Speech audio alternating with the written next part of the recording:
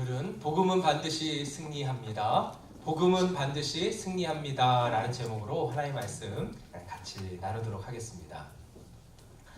2016년인 것 같은데요. 2016년도에 이렇게 TV에 이런 중계를 한 적이 있습니다. 어떤 중계냐면 컴퓨터하고 사람하고 바둑 경기를 두는 그러한 일이 있었어요. 그렇죠? 여러분 다 잘 아시는 것 같이 그 알파고인가요? 알파고하고 우리나라의 이세돌 구단하고 이렇게 경기를 한 적이 있어요. 그렇죠? 저도 이제 그러한 일이 있었다라는 것을 신문을 통해서 이렇게 보게 되었는데, 여러분 우리나라가 이 바둑이라는 게 참 재밌는 게, 이 바둑이라는 게 그 가로 세로 19줄이잖아요. 그래서 19줄이 이제 가로 세로로 되어 있는데, 그래서 맞물리는 점들이 있잖아요. 그 점이 361점이 있어요. 361개의 점이 있는데, 그 점에 이제 한 번씩 번갈아가면서 이렇게 두는 거예요. 그래서 그 점, 집이라고 하죠. 그 점 또는 집을 많이 이렇게 얻으면 이기는 게임이 바둑이에요. 이 바둑인데 우리나라가 이 바둑이 굉장히 잘 돼요. 그렇죠? 그래서 1980년대부터는 뭐 어디죠? 중국, 일본, 대만 이런 데가 바둑 잘 되거든요. 근데 우리나라가 거의 다 제패했어요. 80년대부터. 그래서 여러분 다 잘 아실 거예요. 조훈현 구단. 그렇죠? 조훈현 구단의 세계가 이렇게 들어오고, 그 다음에 이창호 구단. 일단 조훈현 구단의 제자잖아요. 그래서 조훈현 구단. 그때부터 나이가 굉장히 낮아졌어요. 그래서 어린 사람들이 나타나기 시작하는데, 이창호 구단, 그 다음에 이어지는 게 바로 이세돌.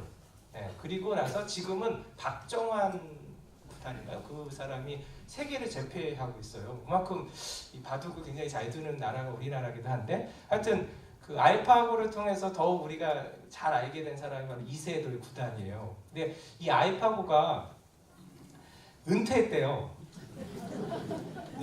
왜 은퇴했냐면 나를 꺾을 수 있는 상관 없는 거야. 그래서 은퇴한 것 같아요. 그래서 그 전적을 보니까 그러니까 그 공식적인 그러한 이렇게 경기를 보니까 공식 전적이 69전 68승 1패래요. 네, 69번을 공식적으로 이렇게 경기를 뒀는데 68번을 이겼고 한 번을 졌는데, 한 번 누구한테 진 줄 아세요? 예. 이세돌 구단한테 한 번 진 거예요. 예. 그리고 나서 계속해서 다른 사람들하고도 막 했잖아요. 근데 다 이긴 거예요. 그래서 이제 더 이상 사람이 이길 수는 없다. 이래갖고 은퇴를 했대네요. 예. 근데 그 이세돌 구단 대단한 것이죠. 그렇죠? 그 알파고를 한 번 이긴 사람이 이세돌 구단이에요. 아마추어에도 이렇게 급수가 있어요. 바둑에도. 저도 이렇게 아마추어 이렇게 바둑 기사예요. 예. 아마추어에는 급이 있어요. 급이 있는데 1급부터 시작해서 30급까지 있어요. 제가 몇 급인 줄 아세요? 30급이에요. 30급은 뭐 하는 거냐면, 어떤 위치냐면 바둑에 돌을 놓는 위치를 알고 그냥 바둑에 대해서 기본적인 그냥 경기 규칙을 아는, 근데 응용력은 결코 없는, 일도 없는 그런 상태를 30급이라고 하는데, 제가 30급입니다. 제가 바둑계에 입문한 30급인데, 중요한 사실은 제가 비록 바둑계를 입문해서 30급밖에 되진 않지만 제 옆에 이세돌 구단이 있으면요, 여러분 저하고 해서 이길 분 여기 아무도 안 계세요. 예? 여기 조금 두신다는 분들 계실 수 있잖아요. 나는 아마추어 한 10급, 6급. 예. 이세돌 구단이 저하고 같이 있으면요, 여러분 저는 다 이길 수 있어요. 그렇죠? 예, 그만큼 여러분 누구랑 함께 있느냐가 중요한 거예요. 근데 이세돌 구단이 함께 있다 하더라도 여러분 재밌는 건 뭐냐면 잘 들어야 돼요. 건성으로 들으면은 왼쪽 오른쪽 가로 세로 몇 번째 위치에 두라 이렇게 얘기할 거 아니에요. 그럼 그거 잘 들어야지. 건성으로 들으면 어떻게 다른 데 둘 수도 있는 거잖아요. 건성으로 들으면 안 돼요. 정확하게 들어야 돼요. 그리고 또 어떻게 돼요? 말한 그대로 해야 돼요. 말한 그대로. 예. 이건 아닌 것 같은데 이게 아니라 말한 그대로 두면 반드시 뭐하냐면 승리합니다. 그렇죠? 이세돌 구단하고 있으면 알파고도 이겼는데 한번. 네. 그렇죠? 우리 인생도 마찬가지예요. 우리 인생도요. 우리 다 모두 한 번 가보는 인생이잖아요. 그렇죠? 누구도 경험이 없는 인생을 갖고 있는 거예요. 이 인생 가운데 여러분 인생을 지으신 하나님과 함께하면 여러분 두려울 게 없어요. 무서울 게 없습니다. 그렇죠? 그래서 다윗은 이런 고백을 하잖아요. 여호와는 나의 빛이요 나의 구원이시니 내가 누구를 두려워하리요. 여호와는 나의 생명의 능력이시니 내가 누구를 무서워하리요. 하나님이 나와 함께 하시면 두려울 것도 없고 무서울 것도 없다. 이것이 그 다윗의 고백이고 경험인 것이잖아요. 그렇죠? 여러분 그 하나님이 우리 가운데 있다면 인생 가운데 어떠한 어려움이 있는다 할지라도 여러분 마치 이세돌 구단이 나한테 훈수 두면은 그거대로 하면은 이기잖아요. 하물며 그런데 인생 가운데서도 우리의 인생을 아시고 우리의 길을 아시는 그 하나님께서 우리와 함께 하신다면 우리의 인생은 두려울 것도 없고 무서울 것도 없습니다. 그리고 안전이 우리 가운데 보장되는 것이죠. 뿐만 아니라 하나님이 주시는 승리를 맛보게 되는 놀라운 은혜가 오늘도 우리 가운데 있게 되는 줄 믿으시기 바라겠습니다. 이를 위해서 중요한 것은 무엇이냐면 이세돌 구단이 옆에 있다 하더라도 잘 듣지 않으면 안 되는 거예요. 나타나지 않는 거예요. 그리고 똑같이 그거대로 따라야 되듯이 나와 함께 하신 하나님의 말씀을 정확히 듣고 그리고 그 말씀대로 순종하기만 한다면 우리는 날마다 승리를 얻게 될 것입니다. 그 은혜가 저와 여러분들 가운데 넘치기를 예수님의 이름으로 축원드립니다. 예수 믿는다라는 게 이런 은혜가 있는 거예요. 하나님이 나와 함께 하신다라는 거죠. 근데 그 예수 믿는 자들에게 나타나는 그러한 일들이 무엇일까라는 거예요. 이 세상 속에 살아간다면 이 세상 속에서 예수 믿는 사람들에게 겪어야 될 일들이 무엇인가. 오늘 예수님이 말씀하시는데 18절부터 이렇게 말씀하고 계세요. 18절 같이 한번 보겠습니다. 시작. 세상이 너희를 미워하면 너희보다 먼저 나를 미워한 줄 알라. 그러니까 이게 무슨 말씀이냐면 예수님이 무슨 말씀하면 세상이 너희를 미워하게 될 것이다 이런 말씀을 해주시는 거예요. 왜 미워하게 되냐면 세상이 나를 미워했기 때문에 너희도 미워함을 받게 될 것이다. 그러니까 이게 무슨 말씀이냐면 우리가 세상 가운데 믿음으로 살게 되고 믿음의 길을 걸어가게 되면은 우리에게 닥치는 것은 무엇이냐? 예수님이 말씀하시는데 예수님이 이 땅에 계실 때 세상으로부터 미움받았단 말이죠. 그렇듯이 너희도 미움을 받게 될 것이라는 거예요. 그 이유는 무엇이냐면 너희를 미워해서가 아니라 나를 미워하기 때문에 나를 믿는 자는 너희도 세상이 미워하게 될 것이다. 이것을 말씀하고 계시는 거예요. 19절 말씀 같이 한번 읽어보겠습니다. 시작. 너희가 세상에 속하였으면 세상이 자기 것을 사랑할 것이나 너희는 세상에 속한 자가 아니요 도리어 내가 너희를 세상에서 택하였기 때문에 세상이 너희를 미워하느니라. 그러니까 세상은 세상에게 속한 자를 사랑해요. 자기 편을 사랑한다는 거예요. 그런데 너희는 제자들은 어떤 사람들이냐? 그 세상에서 예수님께서 택하여서 이제 누구에게 속한 자가 되냐면 예수님께 속한 자가 됐다는 거예요. 그러니까 세상으로부터 이렇게 건져냄을 받아서 예수님께 속한 자가 되었기 때문에 세상은 자기에게 속하지 않은 이 제자들, 예수님을 믿는 자들은 어떻게 하느냐? 죄송합니다.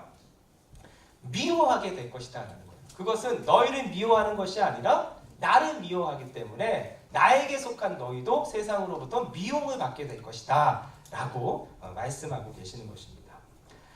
20절을 한번 볼까요? 20절 우리 같이 한번 읽어보겠습니다. 시작.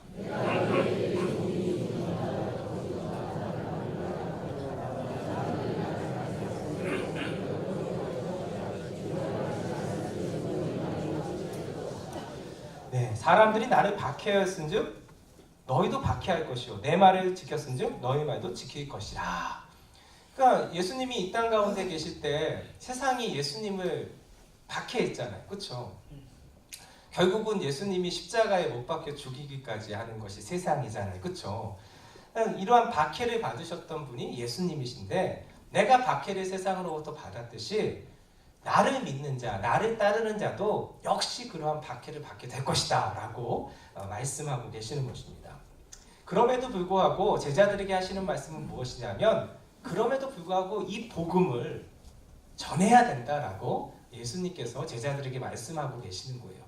예수님의 빛을 비치고 복음 안에 거하며 그 복음을 전하는 삶이 우리가 해야 될 일이라고 예수님께서 말씀하고 계시는 거예요. 그래서 예수님께서 예수님 당시에도 하나님 말씀 전하실 때 복음을 전하신 거지 않습니까?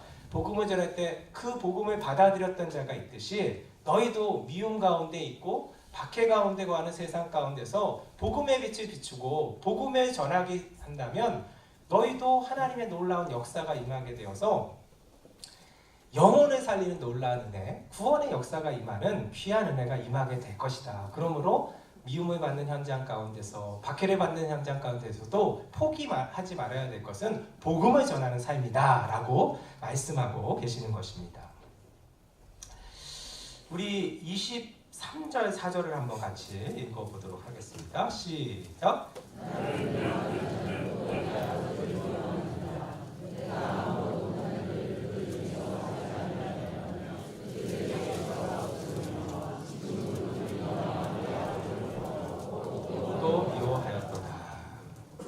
예수님께서 이 땅에 오심을 통해서 여러분 예수님께서 하나님에 대해서 다 보여주신 거예요. 왜냐하면 예수님을 본 자는 누구를 본 자예요? 하나님을 본. 예수님의 말씀을 들은 자는 누구의 음성을 들은 거예요? 하나님의 말씀, 하나님의 음성을 들은 것이죠. 예수님을 통해서 하나님이 어떤 분이신지를 보여주시고 예수님을 통해서 하나님의 말씀을 들려주셔서 이 사람들이 하나님이 어떤 분이신지 누구신지도 알게 되고 하나님을 보게 되고 듣게 되는 놀라운 그러한 일들을 경험했음에도 불구하고 이들이 왜 예수님을 미워했냐? 그 이유는 무엇이냐면 하나님을 미워했기 때문에 그렇다는 거예요. 그러니까 그들의 마음 가운데 하나님이 계시지 않은 것이죠. 하나님이 계시지 않으니까 하나님을 미워하니까 그 하나님이 보내신 하나님의 아들이신 예수님도 미워하게 되는 것이죠. 따라서 예수님을 미워하는 자는 결국은 예수님께 속해 있는 제자들도 미워하게 될 것이다 라는 것이에요. 25절을 한번 보겠습니다. 25절 시작. 그러나 이는 그들의 율법에 기록된 바 그들이 이유 없이 나를 미워하였다 한 말을 응하게 하려 합니다. 그러니까 예수님께서 이 땅에 계실 때 예수님이 뭐 잘못해서 사람들이 미워하는 게 아니에요. 그렇죠? 예수님이 뭐 죄를 지은 것도 아니시잖아요. 그렇죠? 예수님이 행하신 것은 하나님의 말씀을 전한 것뿐이에요. 그렇죠? 그리고 하나님을 마음을 다하고 목숨을 다하고 뜻을 다하여 사랑한 것뿐이에요. 그런데 하나님이 없는 세상은 그 예수님을 미워하는 거예요. 그래서 어떻게 미워하냐면 이유 없이 미워하는 거예요. 근데 이 말씀이 참 우리에게 주시는 의미가 커요. 우리도 이 땅 가운데서 살고 있잖아요. 세상 가운데 있잖아요. 세상 가운데 있는 그리스도인, 예수님을 믿고 예수님을 따르는 제자들에게 나타나는 현상은 뭐냐면 이유 없이 미움을 받게 될 것이라는 거예요. 내가 뭐 잘못해서가 아니라 이유 없이 뭐 때문에? 예수 믿기 때문에. 예수님처럼 하나님을 사랑하고 마음을 다하고 목숨을 다하고 뜻을 다하여 사랑하고 그 말씀에 따라 순종하게 될 때 세상으로부터 받게 되는 것은 무엇이냐면 이유 없이 미워함을 받게 된다는 것이죠.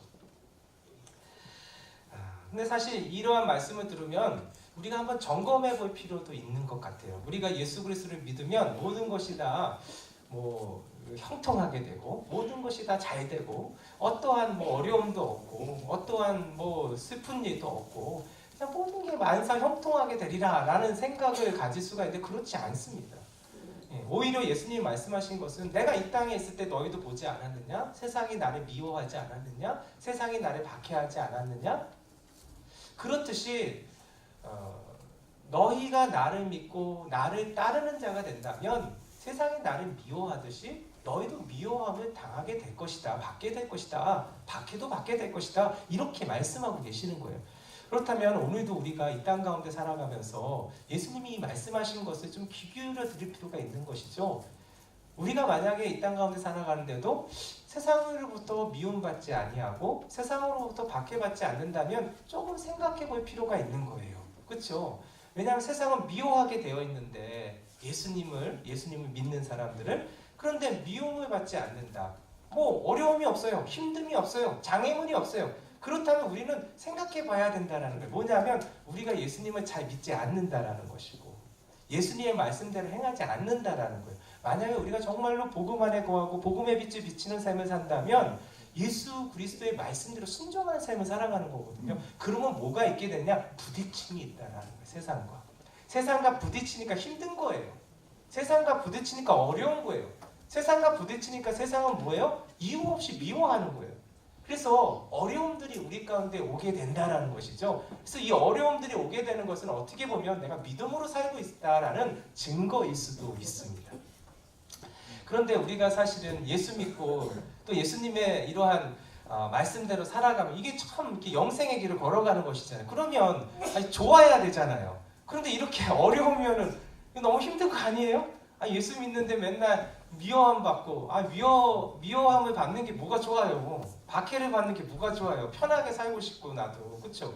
그런데 그러면 이렇게 될 것이라는데 이것으로 끝나는 것인가? 그렇지 않다는 거예요. 예수님께서 이 말씀하실 때 뭐냐면 그러할 것이다. 세상과 우리의 관계는 그렇다라는 거예요. 그렇지만 그럼에도 불구하고 하나님 약속하신 게 있어요. 그 약속이 뭐냐면 26절 말씀이에요. 우리 같이 한번 보겠습니다. 26절 시작.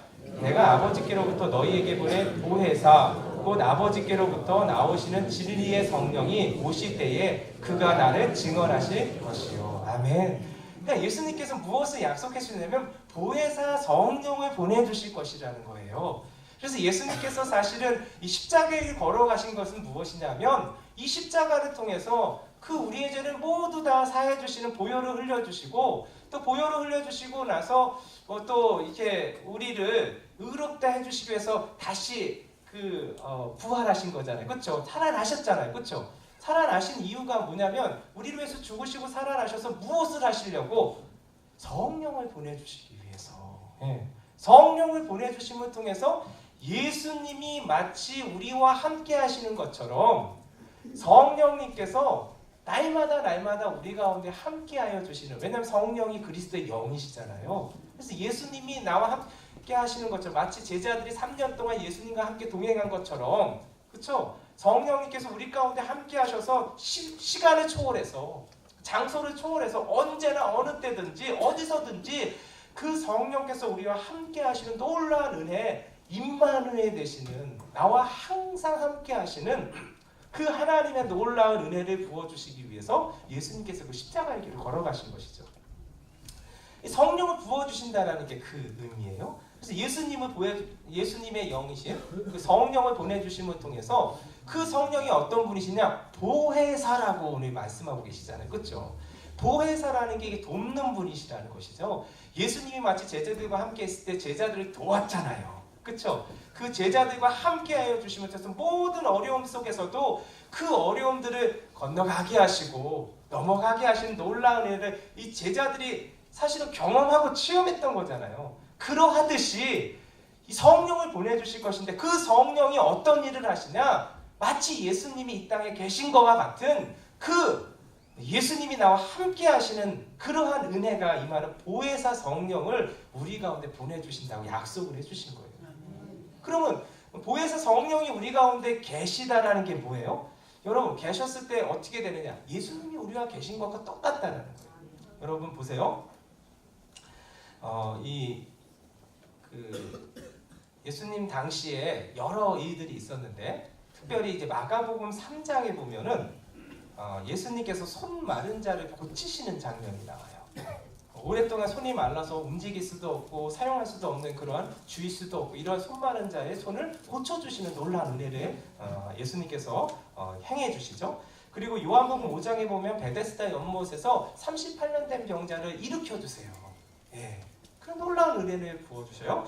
누가복음 13장에 보면은 18해 동안 귀신이 들려서 알아서 꼬부라져서 허리를 필 수 없는 그 여인의 허리를 펴주시는 놀라운 은혜를 예수님께서 부어주세요. 근데 이 세 가지의 공통점이 뭐냐면 언제 이 일들을 예수님께서 행하시는 안식일날 행하셨어요. 예수님께서. 근데 안식일날 이런 일들을 행하시니까 어떤 일들이 벌어지냐면 이 바리새인들과 서기관들이 달려들기 시작하는 거예요. 왜 안식일에 고쳤냐는 거예요. 너무 황당한 거 아니에요? 안식일에 그래서 안식일을 범했다라는 거예요. 여러분 한번 생각해 보세요. 내 사랑하는 자녀가 사랑하는 형제가, 사랑하는 부모가 손이 말랐다고 생각해 보세요. 그 손 마른 걸로 해서 풀 수도 없고 움직일 수도 없고, 그런 사람의 손을 낫게 해주셨다면 여러분 그 가족들에게는 얼마나 큰 기쁨이겠어요. 하나님의 영광이겠어요. 그렇죠? 근데 바리새인들은 어떻게 하냐면 왜 고쳤냐는 거예요, 그날. 예? 그래서 여러분 고침을 당한 사람들도 사실은 말도 못하는 거예요. 말도 기뻐하지도 못하는 거예요. 죄 지은 사람이 되는 거예요.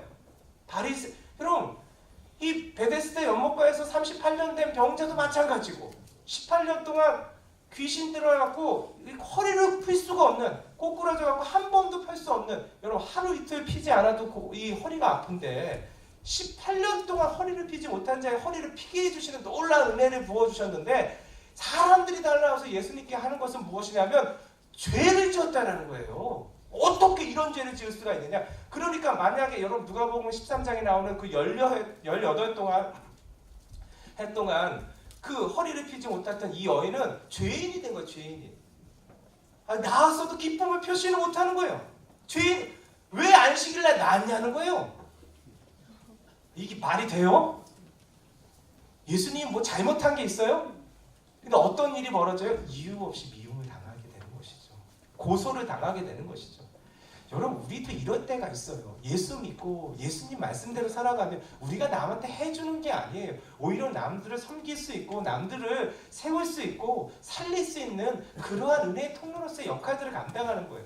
그러면 그거에 대해서 그냥 뭐 아무렇지도 않지만 뭐 인정이라도 좀 해주면 좋을 텐데, 그게 아니에요. 오히려 고소하는 거예요. 미움을 받게 되는, 이유 없는 미움을 받게 되는 거예요. 그게 이 세상에서의 우리들의 모습이라는 것입니다. 그런데 이때에 누가복음 13장에 보니까 그렇게 막 달려드는 거예요. 그랬더니 예수님이 어떻게 하시냐면 이렇게 그들을 향해서 말을 해요. 누가복음 13장 15절에서 16절인데, 외식하는 자들아, 너희가 각각 안식일에 자기의 소나 나귀를 외양간에서 풀어내 이끌고 가서 물을 먹이지 아니하느냐. 그러면 18해 동안 사탄에게 매임받은 이 아브라함의 딸을 안식일에 이 매임에서 푸는 것이 합당하지 아니하냐? 네. 별로 안 좋아하시나? 사이다 같은 말을 하는 것이죠. 그 주위에 있는 사람이 서기관들과 뭐 바리새인들이 막 이렇게 얘기하니까 말도 못하는 거예요. 그리고 이 고침받은 이 여인과 가족들도 너무 기쁜데 말도 못하고 죄인이 되는 과정이잖아. 말도 못하는 거예요. 뭐라고 얘기하기가 어려운 거예요. 그런데 예수님이 뭐라고 하냐면, 야 너희들 한번 와봐 이러는 거예요. 그래서 야 너희들은 안식일에도 네 그 소에 있는 외양간에 있는 소가 목마르면 죽을 것 같으니까 끌고 가서 물 먹이지 않냐. 하물며 그 소들도 물을 먹이면서 너희들도 안식일에 죄를 범하면서, 그런데 18년 동안 귀신에게 사로잡혀갖고 허리 한 번도 필 수 없는 이 여인을 안식일에 낫게 해주는 게 이게 뭐가 죄냐는 거예요. 너희들 다 그렇게 하면서 이 외식하는 자들아. 이거 얼마나 그냥 가슴이 뻥 뚫려요. 예? 그러니까 이 상황에 대해서 누가복음에서 누가가 이렇게 기록을 해요. 그 결과에 대해서. 누가복음 13장 17절이에요. 예수께서 이 말씀을 하심에 모든 반대하는 자들을 부끄럽게 하시고 온 무리는 그가 하시는 모든 영광스러운 일을 기뻐하느라. 예수님이 나와 함께 하신다는 게 이런 거예요. 여러분, 사람들이 일어나기 시작했어요. 뭐 하는? 예수님이 안식일에 고쳤다고 해갖고 막 미워하는 거예요. 어떻게? 너는 죄인이라는 거예요. 예. 어떻게 고치지도 못하면서, 그렇죠? 어떻게 고치냐 말이죠. 막 이날에 하면서 죄인이다 하면서 안식일에 범했다.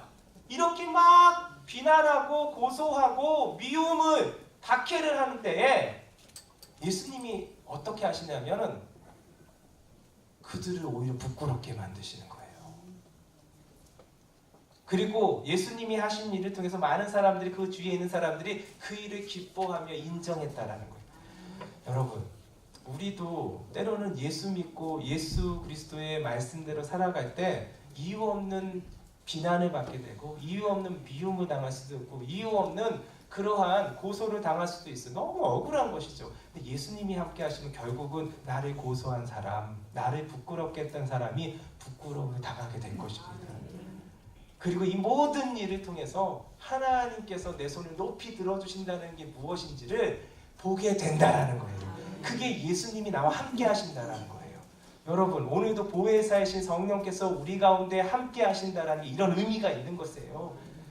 보혜사이신 성령께서 우리로 하여금 이유 없이 미움을 당할 수는 있지만 거기서 머무르는 것이 아니라 그것으로 끝나는 것이 아니라 오늘도 우리를 고소하는 자를 부끄럽게 만드시고 우리의 손을 높이 들어주시는 놀라운 은혜가 우리 가운데 거하게 될 것입니다. 그 마가복음 4장에 보면요, 예수님께서 이제 말씀을 전하셔요. 비유의 말씀들을 전하시면서 하루 종일 말씀을 이렇게 전하셨던 것 같아요. 그래서 너무 이렇게 그 사람들이 갈릴리 바닷가에 몰려들었는데 예수님 배에서 이제 말씀을 전하시니까 그 말씀에 푹 빠지니까 너무너무 좋은 거예요. 그러니까 떠나가지 못하고 계속 듣는 거예요. 그러니까 예수님이 이제 저녁이 될 때까지 말씀만 전해주신 것 같아요. 그러니까 이제 저녁도 되고 그러니까 피곤하시고 그러니까 이제 보내시고 이제 강 건너편으로 건너가시려고 배를 타셨어요. 그래서 순풍에 돛을 닫고 쭉 가고 있는데 그래서 예수님께서 너무 피곤하셨는지 고문에서 주무셨다고 했어요. 배에서. 근데 어떤 일이 벌어졌냐면 풍랑이 있는 거예요. 풍랑. 근데 이 풍랑이 광풍이래요. 광풍. 이 광자가 무슨 광자인지 아시죠? 미칠광. 미친 바람에 바람이 미쳐서 예. 이게 감당할 수 없는 바람이 부니까 이 물결이 너무 이렇게 하는 것이죠. 넘치되는 것이죠. 그러니까 이게 어떻게 감당하기가 어려운 거예요. 그래서 이 제자들이 어떻게 했냐면 예수님께로 달려가게 된 거예요. 그래서 예수님 깨우게 되잖아요. 그렇죠? 근데 예수님을 깨운 건 뭐냐면 예수님 바람이 너무 심하게 부니까 위험합니다 해서 깨운 게 아니에요. 예? 아니 지금 이 상황이 이런데 예수님 뭐 하시냐고. 예? 그 원망과 그런 불만이 가득해갖고 예수님은 막 깨우는 거예요. 막 아니 잠이 오세요? 아니 지금 이 상황에 잠이 오세요? 예? 그러면서 아니 우리 도와줘야 되지 않겠습니까, 예수님? 도대체 이런 상황 가운데 어떻게 잠이 와요? 이런 거죠. 이러면서 막 깨우시는 거예요. 깨우는 거예요. 그러니까 예수님이 이제 깨워줌을 받고 이 상황을 알잖아요. 그러니까 예수님이 그 넘실대는 광풍을 바라보면서 예수님 뭐라고 말씀하시냐면 성경에 보니까 잠잠하라, 고요하라 이렇게 말씀하신 거예요. 근데 세상에 잠잠하라, 고요하라 그 말이 떨어지기가 무섭게 어떻게 해요? 잠잠해지고 고요해졌다고 성경 기록하고 있어요. 여러분 이거 어디서 많이 본 것 같지 않아요? 빛이 있으라 하면 빛이 비쳤잖아요. 그러니까 여러분 풍랑도 예수님이 말씀하시면 어떠한 그러한 자연 재해잖아요. 그렇죠? 그 자연 재해도 예수님 말씀하시면 그 말씀이 끝나기가 무섭게 순종할 수밖에 없는 그런 분이 누구시냐? 예수님이시라는 거예요. 예수님. 근데 저는 이 사건을 바라보면서 여러분 우리의 상황도 이럴 수 있다라는 거예요. 어떤 상황이냐면 여러분 예수님이 행하신 게 뭐냐면 말씀 전에 하나님 나라를 복음을 전해주신 귀한 사역들을 감당하시고 이제 배를 타고 가시는 거예요. 여러분 이렇게 열심히 하시고 이렇게 수고하시고 이렇게 땀 흘리시면 귀한 일 한 거잖아요. 선한 일 한 거잖아요. 좋은 일 한 거잖아요. 그러면 그래도 그 좋은 일을 했기 때문에 결과도 좋아야 되잖아요. 길이 막히면 안 되잖아요. 나쁜 일하고 막혔으면 그건 뭐 잘됐다 이럴 수도 있지만 아니 그렇게 헌신했는데 그러면 뭔가 좀 열리고 하나님 도우시는 그런 것들이 보여야 되는데 오히려 어떤 상황이 벌어진 거예요? 뜻하지 않은 광풍이 불어올 때가 있다라는 거예요. 예기치 않은 광풍이 불어올 때가 이게 세상이라는 거예요. 우리도 마찬가지입니다. 예수 믿고 예수에게 걸어갈 때 여러분 다 열려야 되잖아요. 안 열릴 때가 있다는 거예요. 열리는 게 아니라 오히려 뜻하지 않는 그런 광풍이 우리의 인생 가운데 불어올 수도 있고 내가 예기치 않은 내가 전혀 감당할 수 없는 그러한 풍랑이 불어올 수 있는 그러한 상황이 우리 가운데 있다라는 거예요. 근데 그러한 풍랑이 어떤 풍랑이냐면 여러분 제자들 가운데 예수님의 제자들 가운데는 이 갈릴리 바닷가에서 어부로서 톱불과 굵은 사람들이 있었어요. 베드로, 안드레, 요한, 야고보 이 사람들이 다 어부돼요. 어부. 그래갖고 이런 풍랑들을 한두 번 만나본 게 아니에요. 그런데도 이 풍랑이 얼마나 거대했냐면 이들이 어떻게 감당할 수가 없는 거예요. 감당할 수가 없으니까 무엇을 느끼냐면 두려움을 느끼고 무서움을 느끼니까 예수님께 달려갈 수밖에 없는 그러한 광풍이 몰아왔다는 거예요. 여러분 우리 인생 가운데 그렇다는 거예요. 예수 잘 믿어도 그리고 말씀에 순종한다 하더라도 광풍이 불어오지 않는 것이 아니라 광풍이 불어올 수 있다는 거예요. 그런데 여러분 예수님이 나와 함께 하신다는 것은 무엇이냐면 광풍이 분다 할지라도 광풍 때문에 좌초되는 것이 아니라 광풍 때문에 쓰러져 내려가는 것이 아니라 광풍에도 불구하고 예수님께서 잠잠하라 고요하라 그 말씀에 의해서 잠잠게 되고 고요케 되는 그러한 놀라운 은혜를 보게 된다는 거예요. 그게 예수님이 나와 함께 하신다는 거예요. 그때 예수님이 그 제자들을 향해서 이렇게 질문을 해요. 뭘 질문하면은 어찌 이렇게 두려워하느냐? 내가 있는데 어찌 너희들은 믿음이 없느냐? 이렇게 말씀을 하시는 것을 보게 돼요.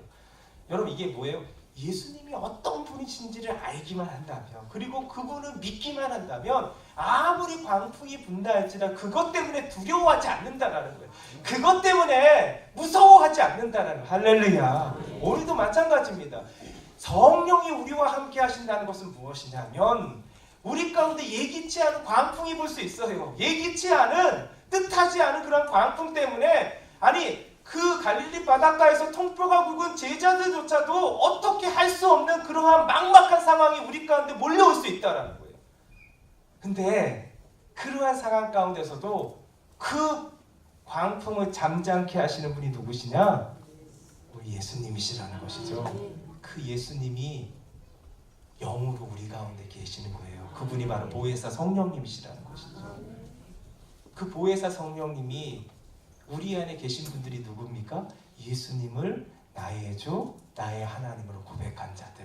예수님이 나를 위해서 십자가에 죽으시고 사흘 만에 부활하셔서 나의 주님이 되어주시고 나의 하나님이 되신다라는 것을 믿는 사람들이 그 성령께서 우리 가운데 내주하시는 것입니다.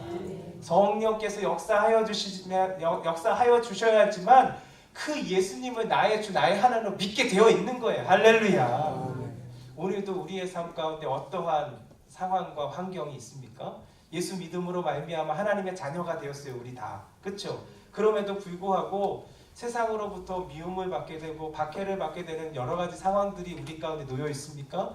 어쩌면 내가 예수 잘 믿는데 내가 예배도 잘 드리고 하나님 앞에서 신실하게 살아가려고 노력도 하는데 나한테 오는 것은 무엇이냐면 칭찬과 인정이 아니라 나를 고소하는 거야. 이유 없이 나를 미워하는 거예요. 마치 예수님이 그렇게 안식일에 고쳐준 것처럼 그렇죠? 사람을 살리는 일을 했을 뿐인데 이유 없이 미워하는 거예요.